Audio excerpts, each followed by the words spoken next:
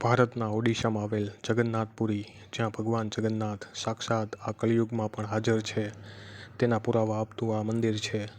જગન્નાથ ભગવાનની આ મૂર્તિમાં આજે પણ શ્રી કૃષ્ણ ભગવાનનું હૃદય આવેલું છે. એ જાણીને નવાઈ લાગશે, પણ આ વાત સત્ય છે. પુરીના જગન્નાથ મંદિરના અનેક રહસ્ય છે, જેની આજે આપણે આ વિડીયોમાં વાત કરીશું. દરેક મંદિર ઉપર ધજા આવેલી હોય છે, જે પવનની દિશામાં ફરકતી હોય છે, પરંતુ આ જગન્નાથ મંદિરના શિખર ઉપર લાગેલો ધ્વજ હંમેશા હવાની ઉલટી દિશામાં ફરકે છે, અને આ ધ્વજ રોજ બદલવો જરૂરી છે. જો આમ ન કરવામાં આવે તો આ મંદિર 18 વર્ષ માટે બંધ થઈ જાય તેવી લોકમાન્યતા છે. વળી મંદિરના ગુંબજનો પડછાયો કોઈ પણ સમયે જમીન ઉપર પડતો નથી. મંદિરના શિખર પર એક ચક્ર રાખેલ છે. આ ચક્રને નીલચક્ર કહેવામાં આવે છે. વળી આ ચક્રને કોઈ પણ બાજુએથી, કોઈ પણ જગ્યાએથી જોશો તો આ ચક્ર તમને તમારી સામે જ દેખાશે, અને આ ચક્ર અષ્ટધાતુમાંથી બનાવેલ છે. આ ચક્રને ખૂબ જ પવિત્ર માનવામાં આવે છે.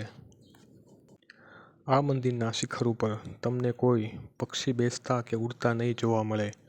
વળી આ મંદિરની ઉપરથી કોઈ વિમાન કે હેલિકોપ્ટરને ઉડવાની મનાઈ છે. વળી મંદિરના શિખર પરની ધજા જ્યારે બદલવાની હોય ત્યારે મંદિર ઉપર ઊંધું ચડવું જરૂરી છે. તમે સીધા ચડીને મંદિરનો ધ્વજ બદલી શકતા નથી.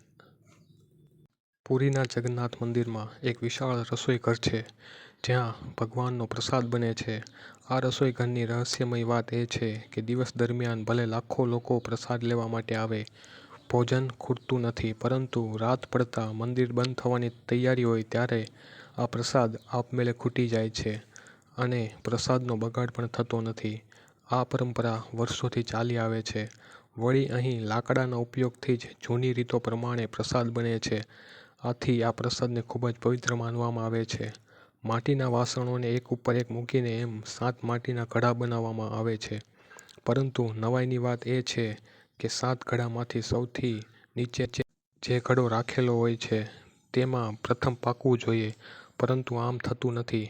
સૌથી ઉપરનો ઘડો જે હોય છે તેમાં પ્રસાદ સૌથી પહેલાં પાકે છે, અને ત્યારબાદ સૌથી નીચેના ઘડામાં પ્રસાદ પાકે છે.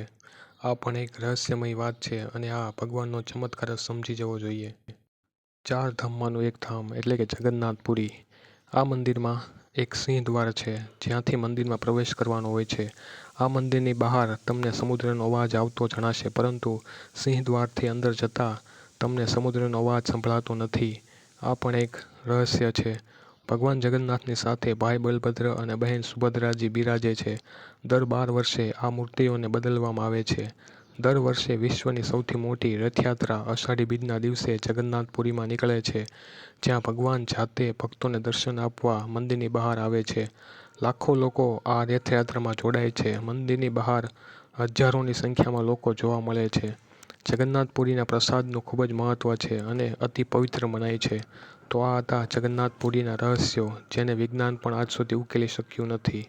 અને આ હળાહળ કળિયુગમાં ભગવાન આજે પણ સાક્ષાત મોજૂદ છે, તેના આ પુરાવા છે. તેનાથી વધારે તો શું જોઈએ.